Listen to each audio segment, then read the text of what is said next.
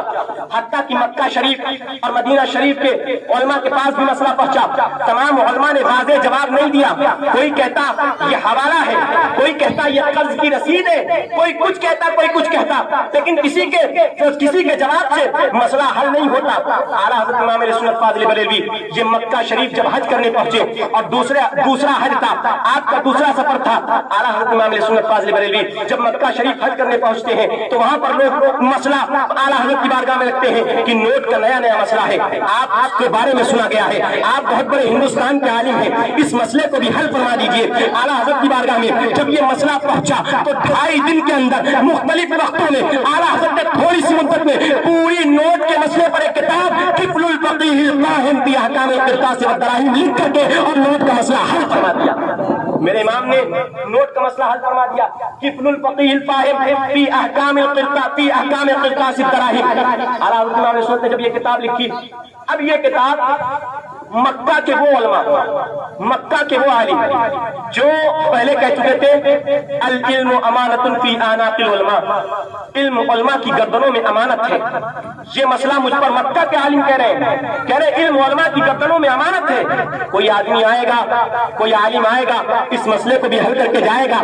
ایسا کہنے والے مکہ کے عالموں کے پاس جب امام اہل سنت کی کتاب پہنچی اور انہوں نے پڑھنا شروع کیا، ورق پلٹنا شروع کیا، اور جب اس بات پہ پہنچے، ہدایت کی اس جزیے پہ پہنچے، لو باع کاغذاً بألف درہم جازا، کہ اگر کوئی بندہ اپنا ایک کاغذ کا ٹکڑا 1000 کے روپے میں بیچے تو یہ جائز ہے۔ اعلیٰ حضرت نے جب یہ بات نقل فرمائی اور پچھلی کتابوں سے 800 1000 برس پہلے کی کتابوں سے یہ مسئلہ ثابت فرمایا تو انہوں نے دانتوں کے نیچے انگلی دبا لی اور فرمایا کہ یہ تو نبی کریم کا فرض معلوم ہوتا ہے، یہ تو بزرگان دین کا امام اعظم ابو حنیفہ کا شاگرد معلوم ہوتا ہے کہ ایسے مسئلے حل فرماتا ہے۔ العلم امانۃ فی اعناق العلماء، این جمال بن عبد اللہ من ھذا النص الصریح۔ ایک ہندی عالم اتنا بڑا مسئلہ حل کر گیا، اللہ اکبر، مگر مکہ شریف کا جمال بن عبد اللہ مفتی مکہ یہ مسئلہ حل نہ کر پایا، مفتی مکہ یہ مسئلہ حل نہ کر پایا۔ اللہ اکبر، وہ خود کہتے ہیں این جمال بن عبد اللہ من ھذا النص الصریح، جمال بن عبد اللہ اتنا بڑا عالم اس مسئلے سے کیسے پیچھے رہ گیا۔ اب اعلیٰ حضرت امام سنت جب مکہ شریف پہنچے تو اعلیٰ حضرت کے مخالفین بھی پہنچے، اعلیٰ حضرت کے مخالفین بھی پہنچے، اور مخالفین پہنچ کر کے وہاں کے عالموں کو بھڑکانا شروع کر دیتے ہیں، کہتے سنو ایک عالم ہندوستان سے آیا ہے اور وہ عالم بڑے نئے نئے عقیدے پیش کر رہا ہے، نئی نئی باتیں پیش کر رہا ہے، وہ عالم بدعتوں کو ایجاد کرتا ہے، اس نے عقیدہ بنایا ہے کہ اللہ کا علم اور نبی کا علم برابر ہے، بولو معاذ اللہ۔ حالانکہ کیا سنیوں کا یہ عقیدہ ہے؟ نہیں ہے، سنیوں کا یہ عقیدہ نہیں ہے۔ اب انہوں نے جا کر کے مفتیان مکہ کو بھڑکا دیا اور کہا سنو ہندوستان سے ایک عالم آیا ہے اور وہ عالم کہتا ہے اللہ کا علم اور نبی کا علم برابر ہے، تو اس سے اس مسئلے کی وضاحت لو۔ مفتیان مکہ نے اعلیٰ حضرت کو بلا بھیجا، شریف مکہ نے کہا تمہارا دعویٰ یہ ایسا دعویٰ کرتے ہو؟ اعلیٰ حضرت نے کہا یہ ہم پر جھوٹ باندھا گیا ہے، یہ ہمارے بارے میں جھوٹ کہا گیا ہے، میں اپنے عقیدے کی وضاحت ایک کتاب لکھ کر کے کرنا چاہتا ہوں، آپ مجھ کو تھوڑا سا موقع دے دیجئے۔ اعلیٰ حضرت نے تھوڑا سا موقع مانگا، بخار کا عالم ہے، شدید بخار ہے، آپ کے ساتھ آپ کے بیٹے ہیں، سرکار مصطفیٰ رضا خان مفتی اعظم موجود ہیں، خانہ کعبہ کے سائے میں بیٹھ جاتے ہیں، کتاب لکھنا شروع کرتے ہیں تو کتاب لکھتے ہیں تو 100 صفحے کی پوری ایک کتاب المادۃ الغیبیہ، یہ پوری کتاب اعلیٰ حضرت امام سنت پیش فرما دیتے ہیں، اور مکہ کے علماء کے سامنے جب یہ کتاب پہنچتی ہے، یہ کتاب وہ پڑھتے ہیں تو انگلیاں دانتوں کے نیچے انگلیاں دبا لیتے ہیں۔ اعلیٰ حضرت نے ایسی تلیوں کے ذریعے مکہ کے علماء کے سامنے یہ مسئلہ ثابت فرمایا کہ مکہ کے علماء کہنے پہ مجبور ہو گئے کہ یہ تو دین کا مجبر معلوم ہوتا ہے، یہ تو دین کا مجبر معلوم ہوتا ہے۔ الدولۃ المکیہ بالمادۃ الغیبیہ، یہ پوری کتاب اعلیٰ حضرت امام سنت فاضل بریلوی نے اس مسئلے پر لکھ دی۔ اعلیٰ حضرت امام سنت سے غیر تو نہ خوش تھے، یعنی دوسرے لوگ جو تھے جو اعلیٰ حضرت سے عقیدے میں اختلاف رکھتے تھے وہ تو خوش نہیں تھے اعلیٰ حضرت سے، لیکن کیا اعلیٰ حضرت سے وہ لوگ خوش تھے جو اپنے تھے؟ بعض اپنے بھی نہ خوش تھے، اور کیوں نہ خوش تھے؟ اس وجہ سے کہ اعلیٰ حضرت نے اپنا قلم چلایا تو شریعت کے لیے قلم چلایا، اپنا اور غیر نہ دیکھا۔ اگر اپنے نے غلطی کی